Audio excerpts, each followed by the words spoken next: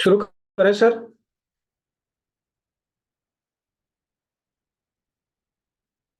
जी। जी सर। या देवी सर्वभूतेषु विद्यारूपेण संस्थिता नमस्तस्यै नमस्तस्यै नमस्तस्यै नमो नमः। सर्वेभ्यो नमो नमः। सिद्धम संस्थान द्वारा आयोजित ब्राह्मी लिपि अध्ययन विषयक इस कार्यशाला में आप सभी का हम स्वागत करते हैं, अभिनंदन करते हैं। कल हमने ब्राह्मी लिपि के स्वर वर्णों का अध्ययन किया।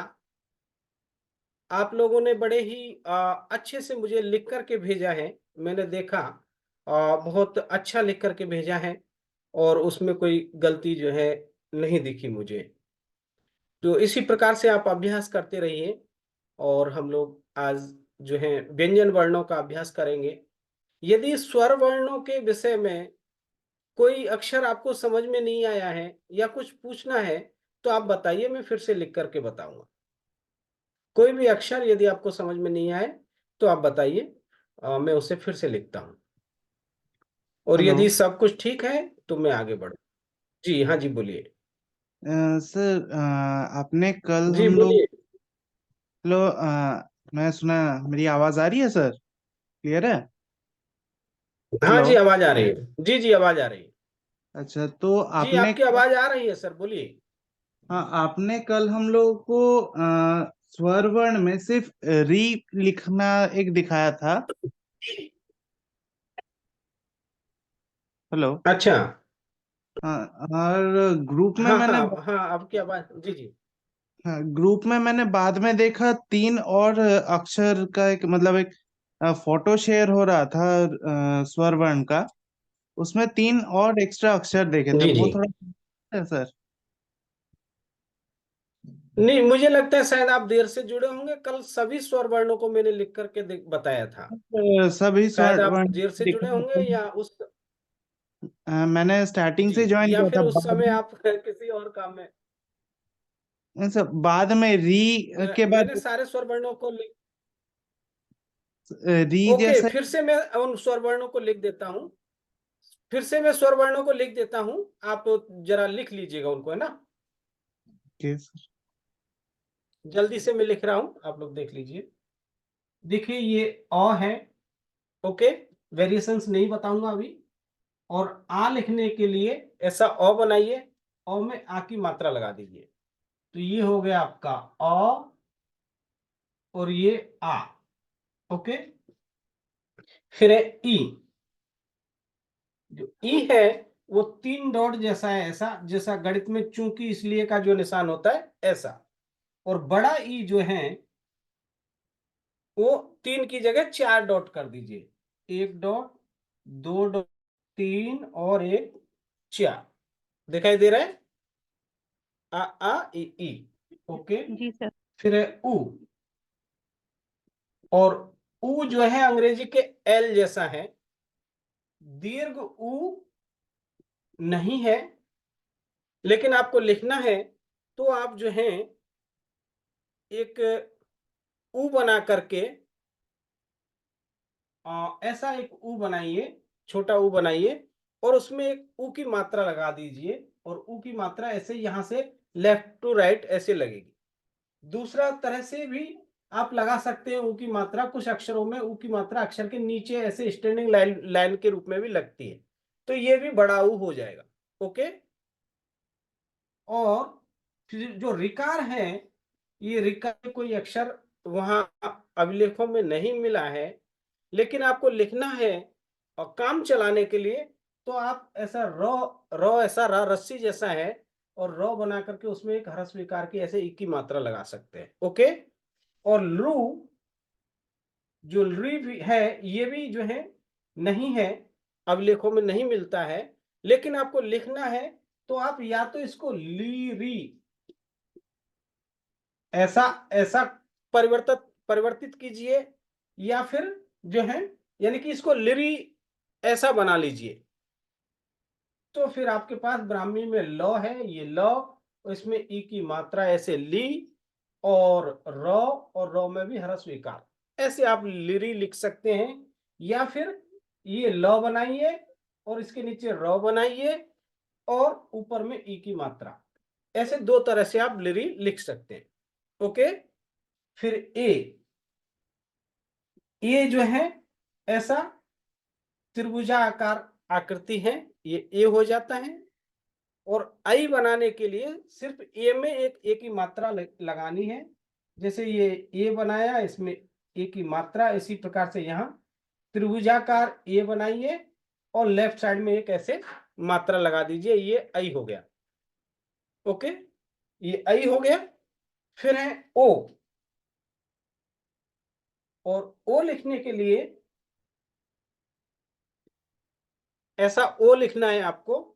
तो ओ जो है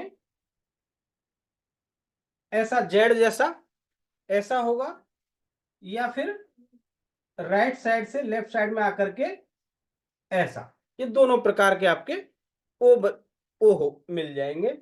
औ लिखने के लिए, और जो ये औ है, औ भी ब्राह्मी के अभिलेखों में नहीं मिला है। नहीं मिला है क्योंकि ब्राह्मी में जो अशोक के अभिलेख हैं ज्यादातर पाली और प्राकृत में हैं। पाली प्राकृत की व्याकरणों में जो इन अक्षरों का जो जो यहाँ नहीं है, इन वर्णों का जो है वहां प्रयोग नहीं होता है, इसलिए अभिलेखों में वो वर्ण लिखे हुए नहीं मिलते। औ भी नहीं मिलता है। यदि आपको औ लिखना है तो क्या करेंगे, हमने कल भी देखा था कि ऐसे ये जेड जैसा ओ बनाया और इसमें लेफ्ट साइड में एक ए की मात्रा यहां लगा दीजिए, तो ये औ हो जाएगा। ओके। और अंग अर्थात अनुस्वार, आप अ बनाइए, ये अ, और इसके पीछे यहां गोल बिंदी अनुस्वार लगाइए, ये हो गया अंग।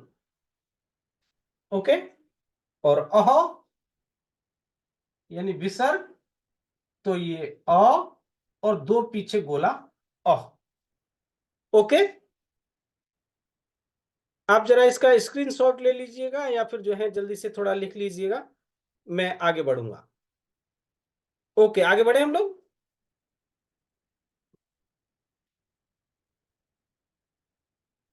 क्योंकि हमें 5 दिन में ही इसको पूरा करना है।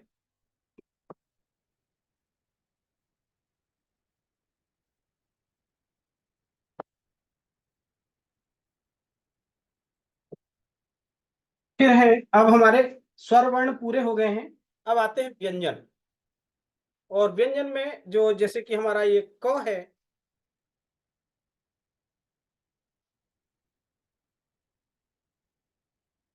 आपको क लिखना है, तो ये क जो है इस प्रकार से होगा, एक स्टैंडिंग लाइन और बीच में से इसमें से एक स्लीपिंग लाइन। बड़ा सरल है, ब्राह्मी के अक्षरों की लेखन प्रक्रिया और अक्षर जो है बड़े सरल हैं। ये आपका क हो जाएगा। और जैसा कि हमने बताया कि ब्राह्मी लिपि सभी लिपियों की जननी है, और इससे बहुत सारी लिपियां निकली हैं। आप इस क को आप देख सकते हैं। हम नागरी लिपि का इससे क बना सकते हैं, ग्रंथ लिपि का क इससे बना सकते हैं, शारदा लिपि का क इससे बना सकते हैं, गुजराती लिपि का क इससे बना सकते हैं, देवनागरी लिपि का क भी। इसमें थोड़ा सा परिवर्तन, क्योंकि यहाँ तो शिलाओं पर पत्थरों पर लिखा जा रहा है टाँकी हथौड़ा से। लेकिन जब हमारे पास ताड़पत्र भोजपत्र आ गए या कागज आ गया, तो अक्षरों की आकृति को मरोड़ को थोड़ा सुंदर बना करके जो है लिखने की परंपरा भी आ गई। देखिए, इसको यदि हम इस क को नागरी लिपि में कन्वर्ट करते हैं, तो नागरी लिपि की विशेषता है कि उसमें शिरोरेखा होती है, और ब्राह्मी की विशेषता यह है कि उसमें शिरोरेखा नहीं होती है।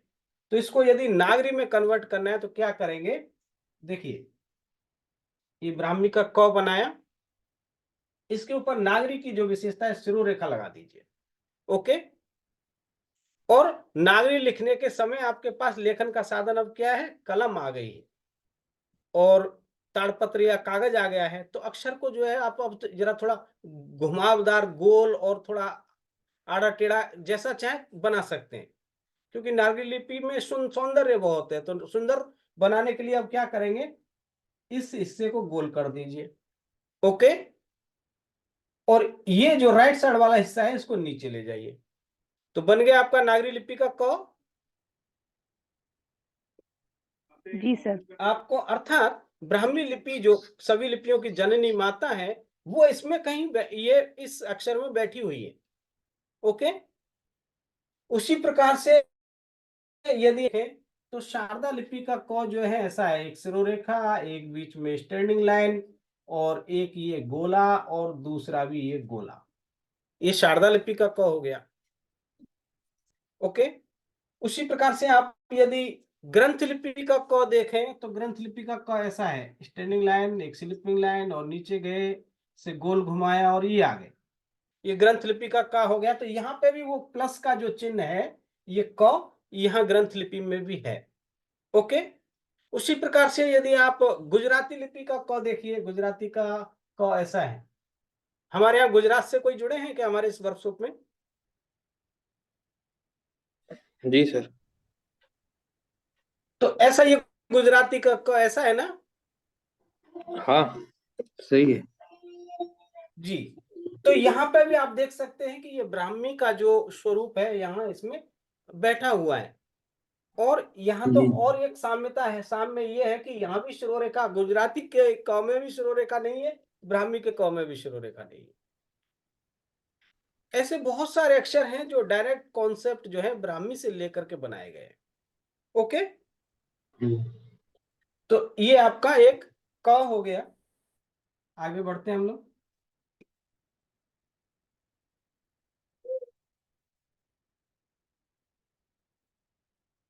ये ब्राह्मी का क। फिर जो ख है, ये ख ऐसा एक क्वेश्चन मार्क जैसा बनाइए, नीचे में थोड़ा सा गोला करिए इसको ऐसा, और ये आपका ख हो जाएगा। कई बार ऐसा भी होता है, ऐसा ला करके यहां ये भी ख हो गया। ओके, या फिर जो है अ, यानी कि क्वेश्चन मार्क जैसा ये, और नीचे में कहीं कहीं गोला आपको नहीं भी मिलेगा, सिर्फ ऐसा भी मिल जाएगा। ओके, ये सभी ख हैं।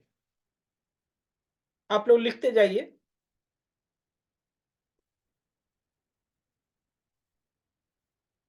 आगे बढ़ू मैं? जी सर। जी। फिर है ग, और ये ग जो है ऐसा है, ये त्रिभुज आकार का जो हमने ये बनाया था ऐसा, ये ग है। बस अगर यदि इसके नीचे भी एक स्लीपिंग लाइन लगा देंगे, यदि ऐसा कर देंगे, ये ऐसा बना देंगे, तो ये क्या बन जाएगा? ए ए सर, ए बनेगा। ये हो जाएगा, ये हो जाएगा ए, और ये हो गया आपका ग।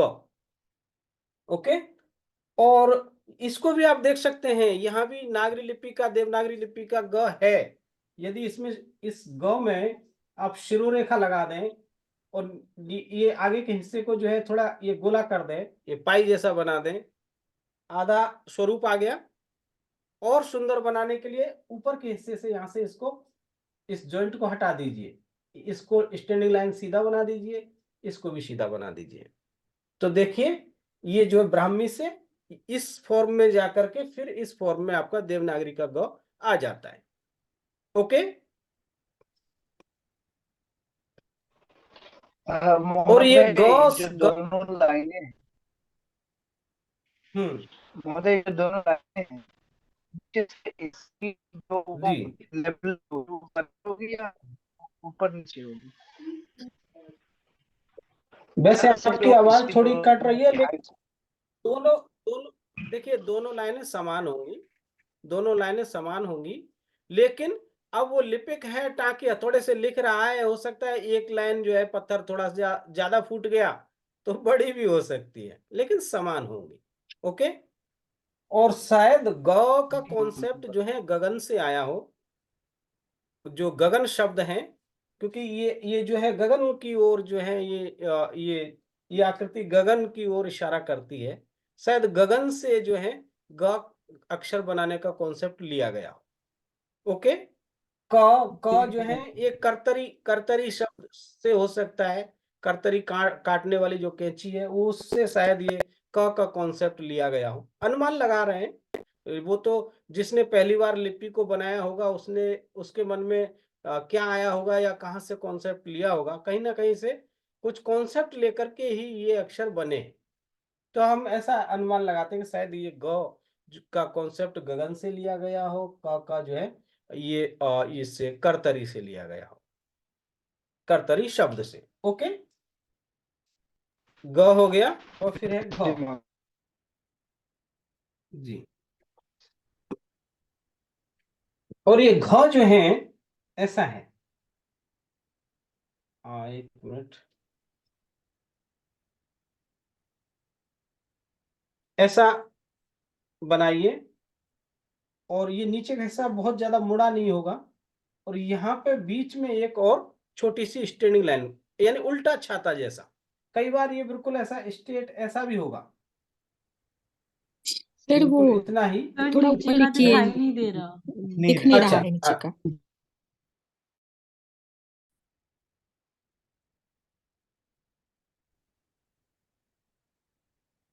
जो घ है ये ऐसा एक सिंबल बनाना है, स्टैंडिंग लाइन ला करके इसके राइट साइड में थोड़ा सा ऐसा मोड़िए और यहाँ बीच में एक स्टैंडिंग लाइन बनाइए ऐसी छोटी सी, इतना। उसके अलावा ये और ऊपर की ओर बढ़ी हुई भी हो सकती है ऐसा, और ये। ओके, इस तरह का आपको घ अर्थात उल्टे छाता जैसा, ठीक है। और ग,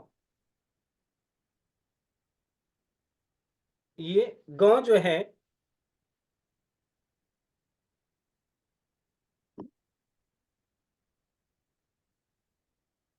इस तरह से होगा। दरअसल ग है नहीं, ग का भी जो है पाली प्राकृत के व्याकरण में प्रयोग नहीं है।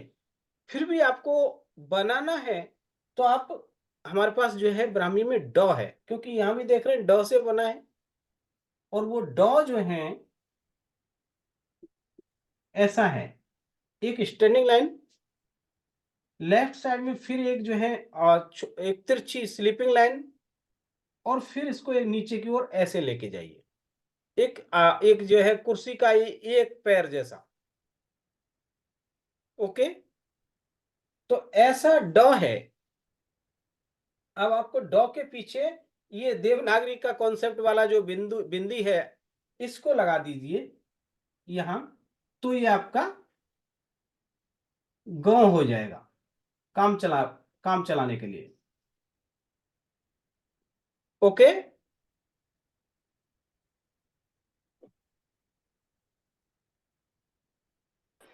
जी महोदय। आगे बढ़े हम लोग। जी, जी महोदय।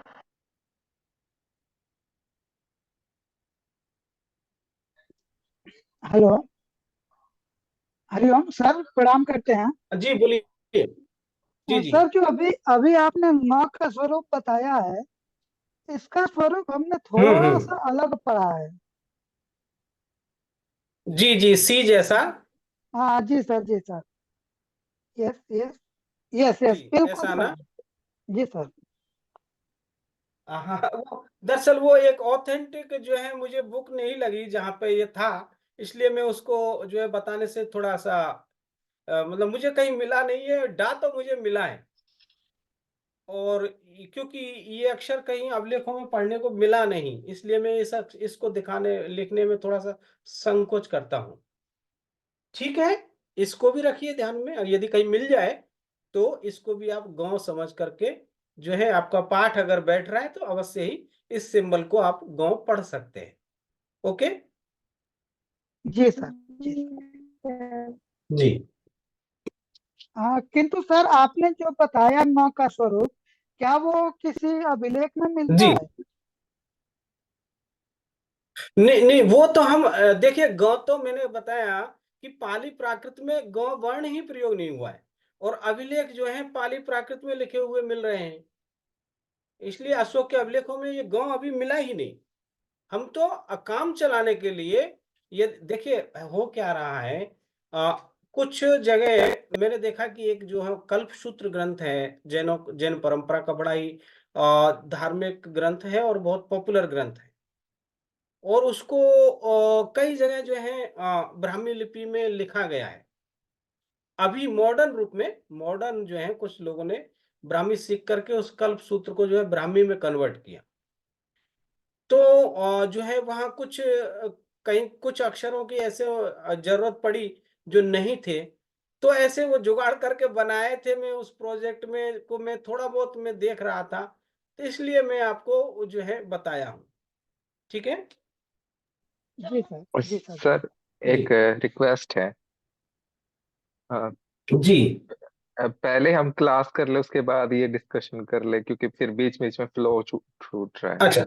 ओ ओ पहले ओके, पहले हाँ क्लास, फिर अच्छा डाउट होगा। बाद में हो हम जाएगा। जी ठीक है, डाउट के लिए हम लास्ट में 5-10 मिनट जो है रखेंगे, ये अच्छा होगा। तो का वर्ग पूरा हुआ। फिर है चौ।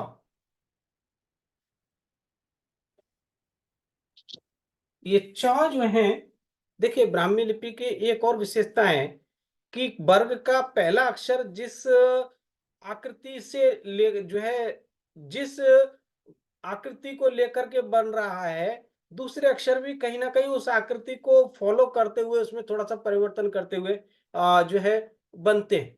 जैसे च है, तो एक स्टैंडिंग लाइन और इसको लेफ्ट साइड से ऐसे एक गोला करिए, ये च हो जाता है, अंग्रेजी के जो है डी जैसा। ओके। जी सर।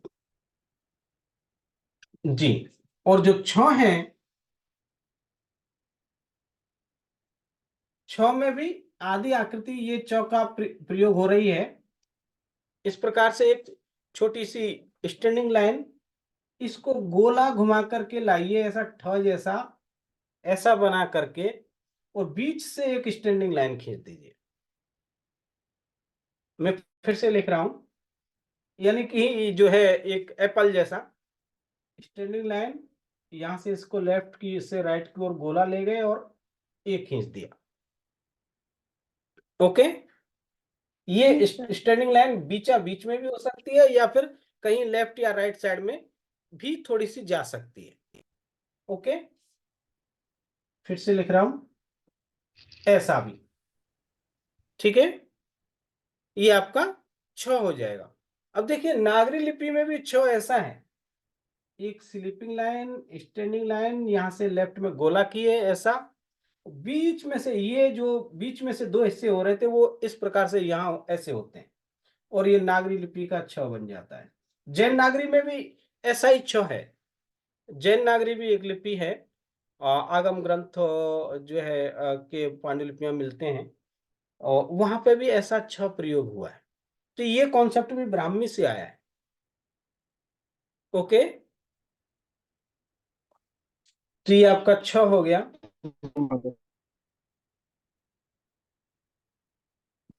फिर है जौ।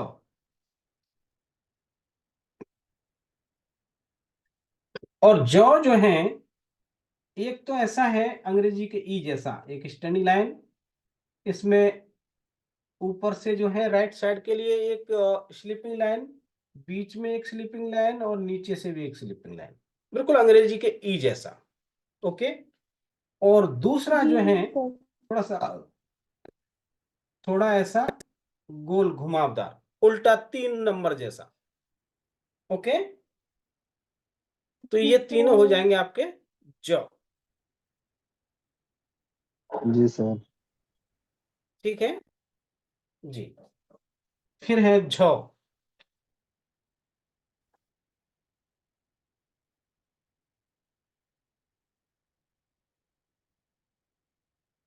और जो झ है, सर, जॉ को सर कृपया ये बताने का कष्ट करें। बीच में कोई डिस्टर्ब कर दे रहा जॉ, था। जी जी, जी देखिए सर, जॉ जी ऐसा है।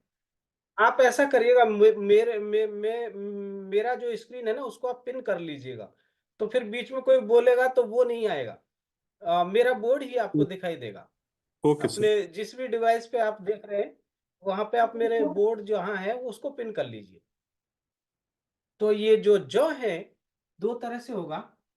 एक तो ऐसा स्लीपिंग लाइन, यानी अंग्रेजी के ई जैसा, ऐसा, ओके। और दूसरा थोड़ा घुमा हुआ ऐसा, एक अंग्रेजी का सी जैसा, फिर ये ऐसा, यानी उल्टा 3 नंबर जैसा, ठीक है। ये जो है, और जो झ है वो एक स्टैंडिंग लाइन, और यहां से लेफ्ट से एक स्लीपिंग लाइन, और फिर इसको ऊपर की ओर ले जाइए, उल्टा 4 जैसा, उल्टा 4 4 नंबर जैसा, ओके।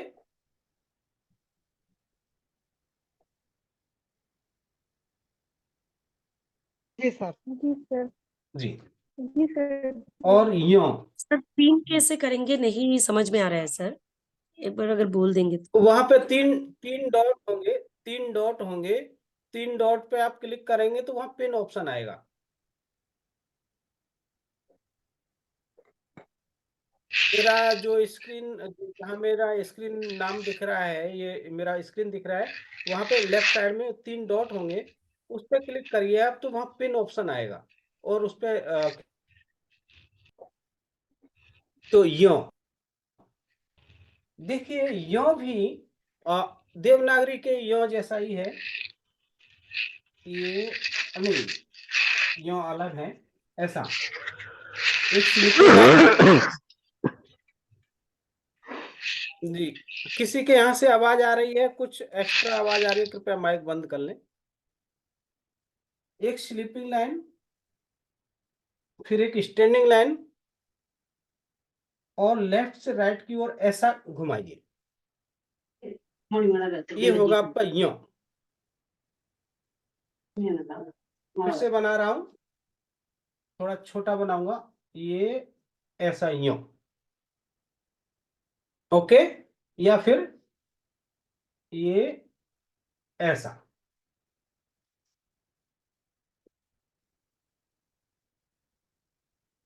ओके।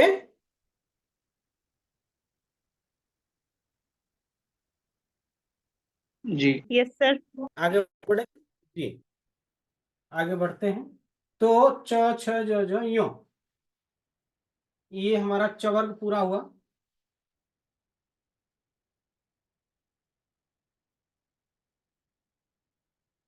फिर है ट,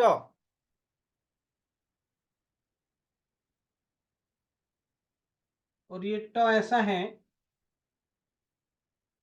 अंग्रेजी के सी जैसा, ओके।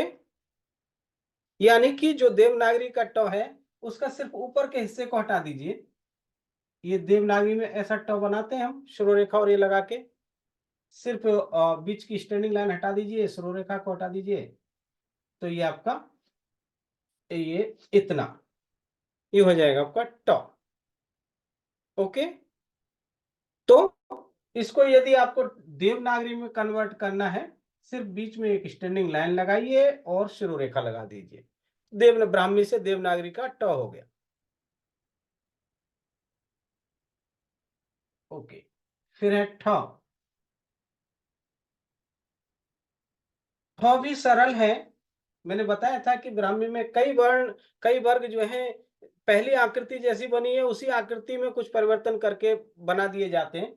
जैसे ये ट आधा गोला है, आधा है, ठ में इस गोले को, इसको पूरा कर दीजिए, ये ठ ठठेरा जो पढ़ते हैं, ओके। तो आप इस ठ को यदि आपको नागरी में कन्वर्ट करना है तो ब्राह्मी का ठ बनाया, ब्राह्मी का ठ बनाया, बीच में स्टैंडिंग लाइन लगा दी, शिरोरेखा लगा दी, आपका ब्राह्म जो है नागरी का ठ हो गया, ओके। तो ये ठ, फिर है ड, और ड एक स्टैंडिंग लाइन, थोड़ी सी लेफ्ट साइड में झुकी हुई, फिर और एक लेफ्ट साइड में एक स्लीपिंग लाइन थोड़ी सी लेफ्ट साइड में नीचे की ओर झुकी हुई, और फिर यहां से फिर एक स्टैंडिंग लाइन वो थोड़ी जो है राइट साइड में झुकी हुई। ओके, इस तरह से आप अब वो जो कुर्सी का एक पैर जैसा बनाइए, ये आपका ड हो जाएगा। ऐसा भी हो सकता है, ऐसा। ठीक है,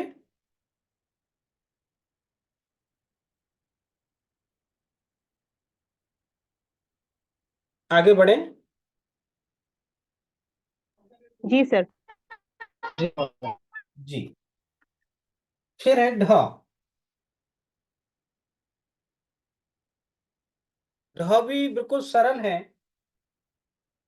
स्टैंडिंग लाइन, गोला, नीचे के हिस्से को भी थोड़ा सा गोला, यानी कि बिल्कुल जो देवनागरी का ढ है वैसा ही ब्राह्मी का भी ढ है।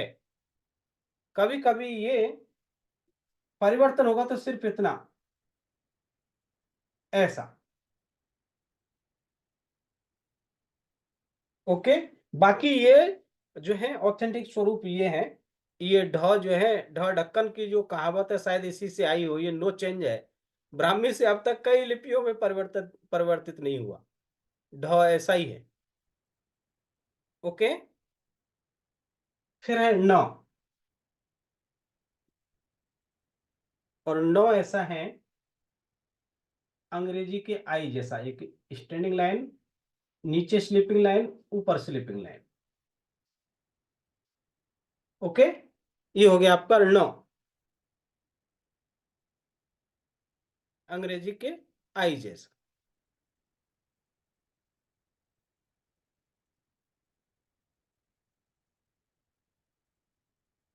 आगे बढ़े। जी महोदय। जी,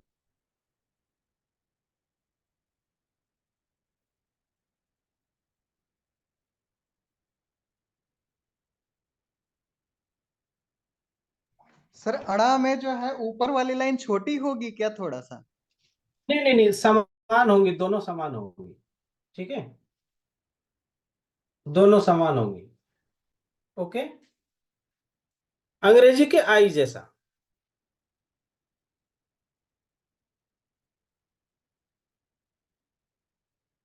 आगे बढ़े।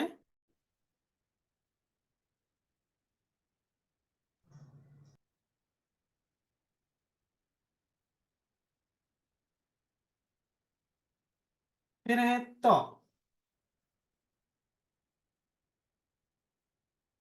तो ऐसा है एक स्टैंडिंग लाइन, और इसको राइट साइड में थोड़ा सा ऐसे मोड़िए, वो लेफ्ट साइड में थोड़ा सा ऐसे मोड़िए, और इस स्थान से फिर राइट साइड में एक ऐसे एक तिरछी लाइन लगाइए इसमें, ये हो जाएगा आपका तो। तो के दो तीन स्वरूप मिलते हैं, कई बार ये मुड़ा हुआ नहीं भी होगा, सिर्फ ऐसा, ये भी तो है। और कभी कभी ये काफी ऊपर तक मुड़ा हुआ, ऐसा। ओके, ये सभी तो हैं। तो एक और मिलता है कई बार ऐसा, और इसके ऊपर में एक स्टैंडिंग लाइन छोटी सी। ओके, ये भी तो है। कई बार बिल्कुल ऐसा कर देंगे, ऐसा। इतने इतने तरह के आपको तो मिल जाएंगे। ठीक है,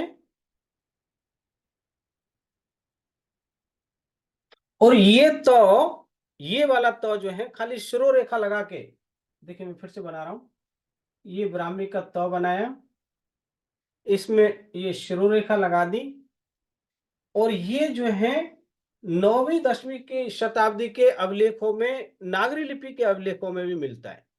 नागरी लिपि के 9वीं 10वीं या 11वीं शताब्दी के जो अभिलेख होंगे, इवन की 12वीं शताब्दी तक की पांडुलिपियों में भी ये ऐसा तो आपको मिल जाएगा। नागरी लिपि में डायरेक्ट ब्राह्मी से आ रहा है। ओके, इसी प्रकार से एक एक और अक्षर है जो डायरेक्ट ब्राह्मी से नागरी में लगभग 10वीं शताब्दी के, ये वही इसी के साथ इस त के साथ कई है, वो नागरी लिपि में ऐसा ई, एक डॉट, ये जो दो डॉट और तीसरा डॉट यहां ऐसा उल्टा बना करके इसको लेफ्ट की से ऐसे ऊपर की ओर, ये जो ई है नागरी लिपि में लगभग 9वीं 8वीं और 10वीं 11वीं शताब्दी तक की या फिर 12वीं शताब्दी तक की पांडुलिपियों में भी ये मिल जाता है। यदि ऐसा ई मिले, ये त मिले, और 2-3 अक्षर हैं नागरी लिपि की पांडुलिपियों में और बार बार रिपीट हो रहे हो, अग्र मात्रा पृष्ठ मात्रा उसमें लगी हुई हो, संयुक्त अक्षर ऊपर से नीचे लिखे हो, तो और यदि उस पांडुलिपि में समय नहीं लिखा होगा तो भी आप 9वीं से 12वीं शताब्दी का अनुमान लगा सकते हैं आंख बंद करके। इन अक्षरों के आधार पर भी हम कई बार पांडुलिपियों का समय निर्धारण कर पाते हैं। हमें पांडुलिपियों के समय निर्धारण करने में भी ये आकृतियां जो हैं सहयोग करती हैं। ओके, आगे बढ़ते हैं।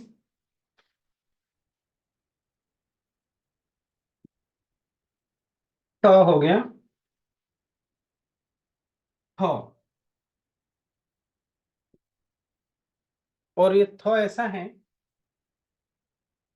एक गोला बनाइए, ये कौन सा अक्षर है?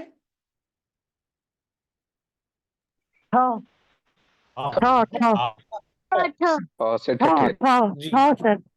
ये ठ, ठ जी ठ है, इसमें बीच में एक चांद जैसा बैठा दीजिए, एक बिंदिया लगा दीजिए, तो ये थ हो जाएगा।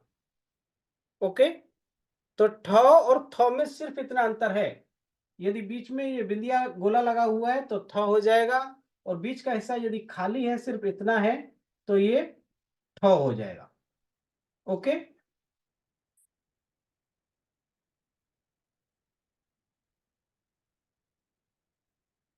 ठीक है। फिर है द, द भी देवनागरी के द जैसा ही है, दो प्रकार से मिलता है, एक तो ऐसा उल्टा स्टैंडिंग लाइन गोला, और ये ऐसा एक द का ऐसा मिलेगा, या फिर दूसरा वो जो है प्रमादवश लैया ऐसा, या तो इसका पेट जो है लेफ्ट साइड में खुला होगा या राइट साइड में खुला होगा। ये प्रयोग ज्यादा मिलता है, लेकिन ये प्रयोग भी मिल सकता है। ओके,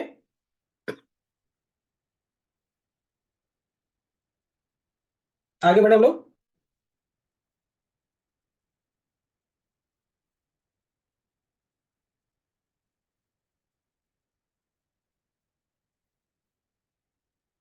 फिर है ध,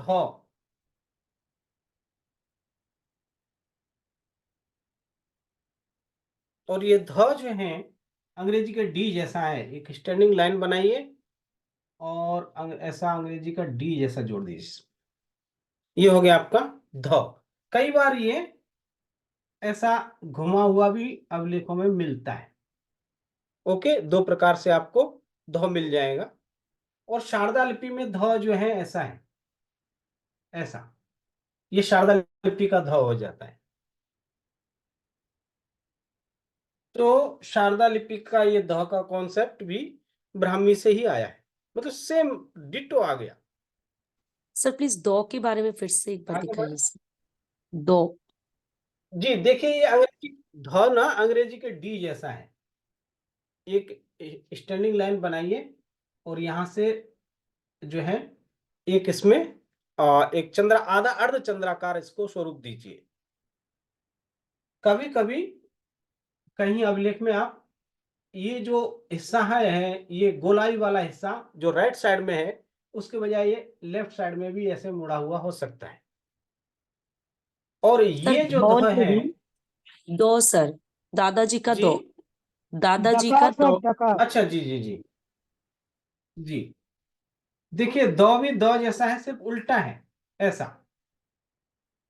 ओके, देवनागरी का जो द है ना, ऐसा ही ब्राह्मी का द है, और दूसरा स्वरूप आपका आपको ये ऐसा, या तो लेफ्ट साइड में उसका पेट खुला होगा या राइट साइड में खुला होगा। ये ऑथेंटिक है, और लेकिन प्रमादवश लैया इसका भी प्रयोग करते हैं। ओके,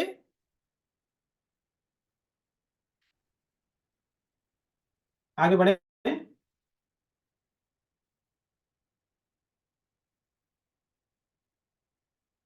फिर है नौ, और नौ जो है ऐसा है, एक स्टैंडिंग लाइन और नीचे में स्लीपिंग लाइन, ऐसा। ओके,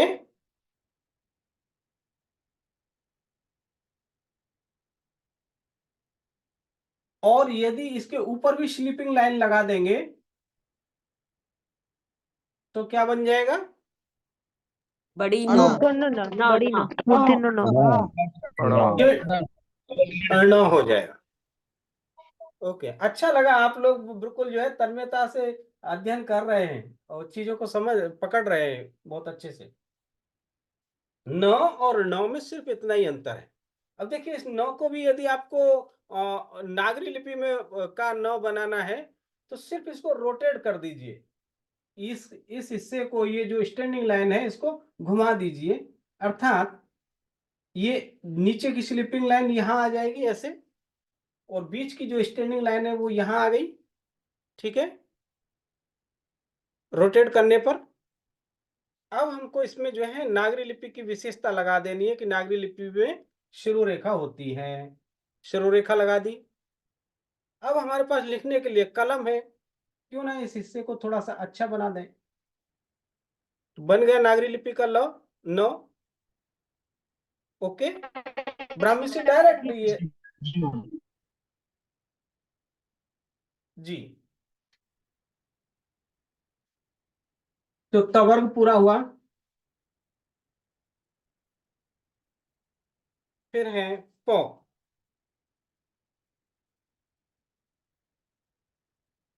तो पौ ऐसा है, स्टैंडिंग लाइन, और इसको राइट साइड में थोड़ा ऐसा घुमाइए।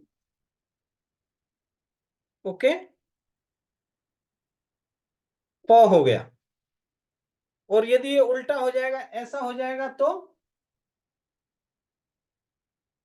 हाँ खा हो जाएगा, खा। ये ख हो जाएगा, ख हो जाएगा। ओके, प, और जो फ है ये प बनाइए, और यहां इस हिस्से को जो राइट साइड में ऊपर की ओर गया है इसको थोड़ा गोला कर दीजिए। ओके, फ हो गया। तो प और फ में सिर्फ इतना ही अंतर है। यहां भी देख रहे हैं आप, देवनागरी लिपि में भी जो ये प था, सिर्फ इसमें एक नीचे पूंछ लगाई है राइट साइड में फ बनाने के लिए। इसी प्रकार से यहां भी ये जो ब्राह्मी का प है इसको सिर्फ गोला बना लगा दिया, तो आपका फ हो गया। ओके सर सर जी, प और उ में फिर क्या फर्क रहा? देखिए ऊ ऐसा है, ऐसा। स्ट्रेट लाइन है नीचे से। ओके, नीचे स्ट्रेट लाइन है, और एक और अक्षर इसके साथ ऐसा आया था, ये वाला, ये क्या है? जी जी छा है सर घ, घा है, घा ये है, नहीं, घा है। घ, घ, वाला ये घ। ओके, छ ऐसा था, ऐसा। ठीक है, जी सर। तो प फ,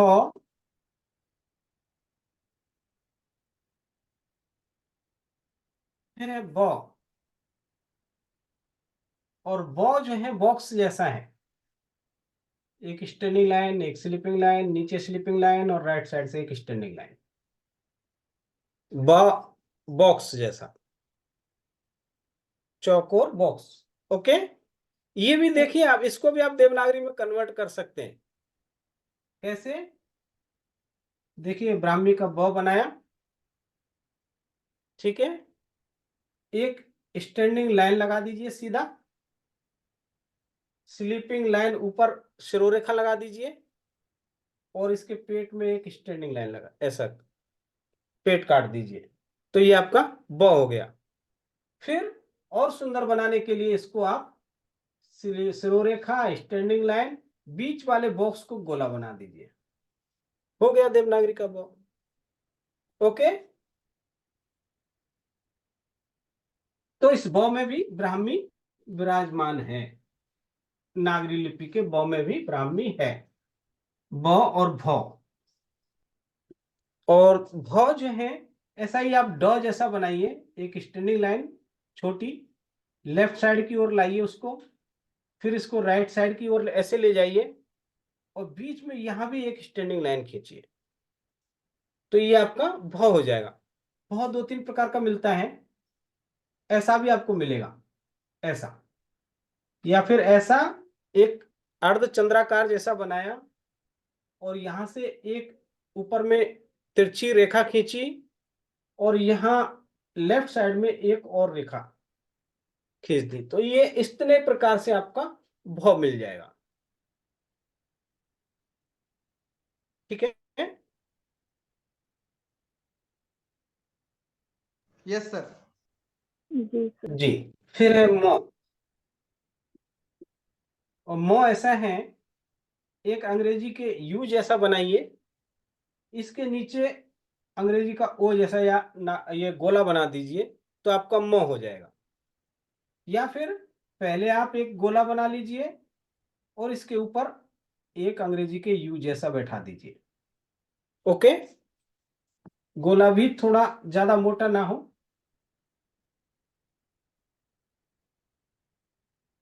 ये हो गया आपका म। ऐसा भी,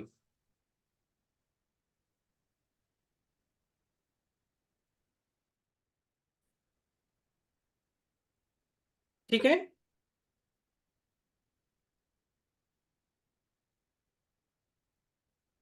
ओके, तो आज जो है ना हम लोग इतने तक ही रखते हैं, बाकी के अक्षरों का कल अभ्यास कर लेंगे। अभी आपका कोई प्रश्न है तो आप प्रश्न बताइए। सर च वर्ग का जो य था और झ था उसको बता दीजिए। जी जी, देखिए च वर्ग पूरा लिख देता हूं। ये तो आपका हो गया च। ओके, और छ जो है स्टैंडिंग लाइन और एक गोला करके बीच में ऐसा कर दीजिए, च छ। और ज जो है उल्टा तीन जैसा, या फिर अंग्रेजी के ई जैसा, च छ ज। ओके, और झ जो है उल्टा चार जैसा, ऐसा। और यो, इस जो झ है ना इसको उल्टा कर दो, स्टैंडिंग लाइन यहां से स्लिपिंग लाइन करके ऐसे राइट साइड में ऐसा किया और लेफ्ट साइड में भी एक ही मात्रा जैसा लगाइए। ओके, तो ये हो गया आपका च, ये छ, ये ज, ये झ, और नहीं ये भी ज है, ये भी ज है, और ये झ, और ये हो गया आपका इया। ओके, जी धन्यवाद सर। जी जी धन्यवाद। और किसी का कोई प्रश्न है? नमस्ते सर। वो जी गौ नमस्ते। जो आपने जी गौ गौ का जो रूप बोले थे, उल्टा त्रिभुज जैसे कि जी त्रिकोणाकृति है सर। तो एक और क्लास में हमने सीखे जी, थे कि ब्रह्मगिरी इंस्क्रिप्शन में उल्टा यू जैसा गौ मिलता है, ऐसा कुछ है सर? ऐसा, उल्टा यू, हाँ जी सर, जी जी सर। जी जी, हाँ ये स्वरूप हो सकता है, जी जी ये स्वरूप ये हो हो सकता सकते है। हैं। अच्छा अच्छा सर, जी थैंक जी यू। बिल्कुल, जी जी थैंक यू। और कोई प्रश्न?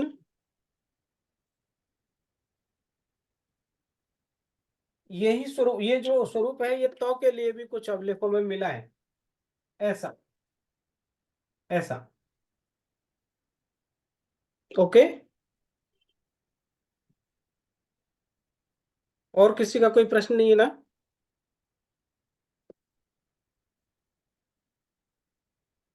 ओके, तो आज आप लोगों के लिए जो है होमवर्क ये है कि हमने जितने अक्षर जो है स्वर और व्यंजनों का जो अभ्यास किया है, उन अक्षरों को आप लिख करके मुझे भेजिएगा।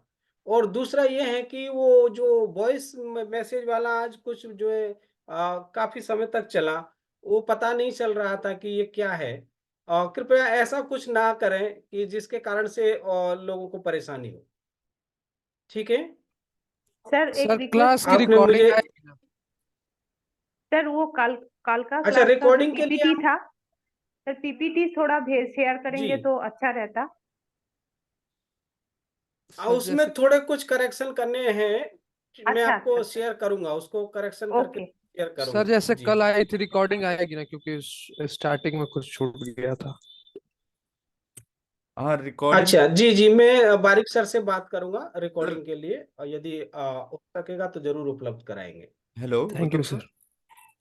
सर, रिकॉर्डिंग का सर ऐसा जी है कि कल का रिकॉर्डिंग मैंने ग्रुप में शेयर कर लिया है। आज का रिकॉर्डिंग भी आप लोगों को क्लास खत्म होने के 10-15 मिनट के बाद ग्रुप में शेयर कर दिया जाएगा।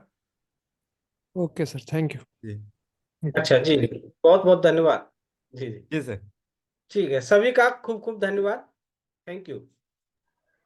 धन्यवाद सर, नमो नमः। Thank you sir, thank you. नमो नमः। Thank you sir. नमो नमः। Thank you. धन्यवाद सर, जी जी, प्रणाम। धन्यवाद सर, नमो नमः। प्रणाम थैंक सर, सर। प्रणाम, धन्यवाद। Thank you sir. प्रणाम। सर। जी, थैंक